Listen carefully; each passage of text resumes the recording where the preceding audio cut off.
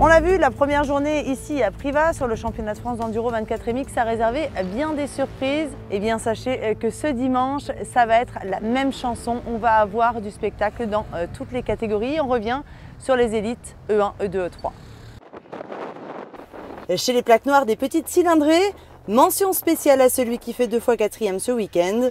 Le tout jeune Kylian Lunier a réalisé de belles perfs et elle mérite d'être soulignée. Le pilote, originaire de Mende, au pilotage qui nous rappelle un certain Peula, pointé 2e sur le premier tour et termine la journée à 15 petites secondes du podium comme hier.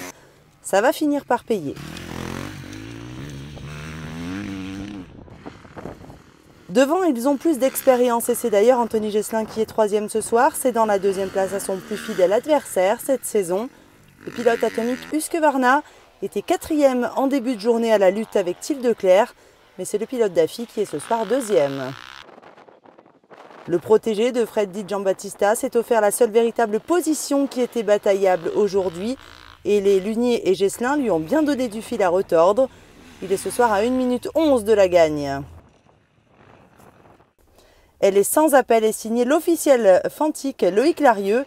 L'ex-champion du monde n'a laissé aucune chance à ses adversaires, remportant chacune des spéciales de la journée. On a bien envie de retrouver un Larieux aussi dominateur sur les épreuves internationales maintenant.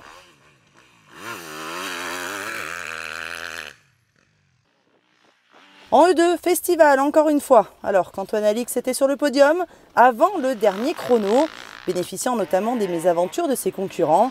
Le pilote d'AFI fait une erreur dans le dernier passage de l'extrême, la moto peine à redémarrer et les secondes s'envolent, il est 4e à 7 secondes du podium.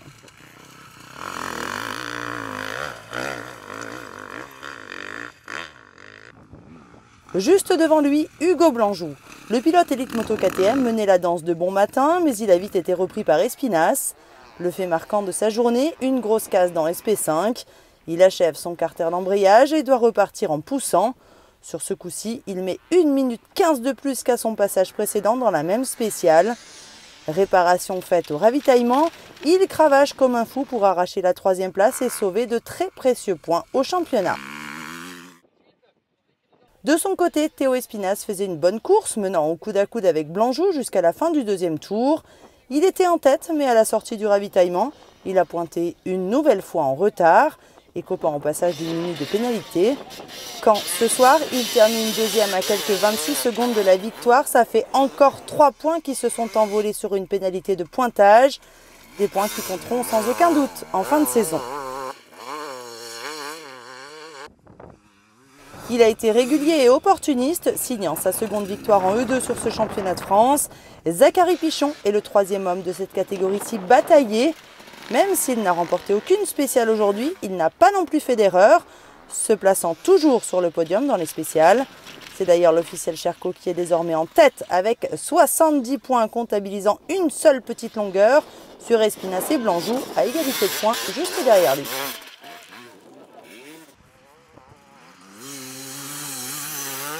Enfin, en élite E3, il a un temps été 2e de sa catégorie, mais finalement le pilote Betaox Moto est 3e ce soir. Malgré une belle dernière spéciale où il prend le meilleur temps, Luc Fargier est à 6 secondes de Léo Lequeré.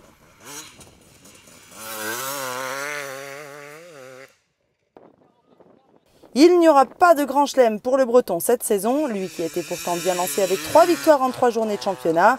Le pilote de la Cherco Academy a fait un bon premier tour, pointant en tête de la catégorie, mais il pêche un peu sur la seconde boucle, laissant Antoine Basset le passer. Lequeré reste toutefois leader du championnat E3.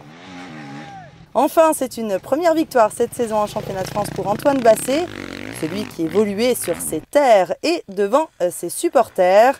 À l'applaudimètre, c'est certain qu'il a remporté tous les suffrages. Il s'impose dans son jardin avec un peu plus de 6 secondes d'avance et met fin à la domination du jeune breton.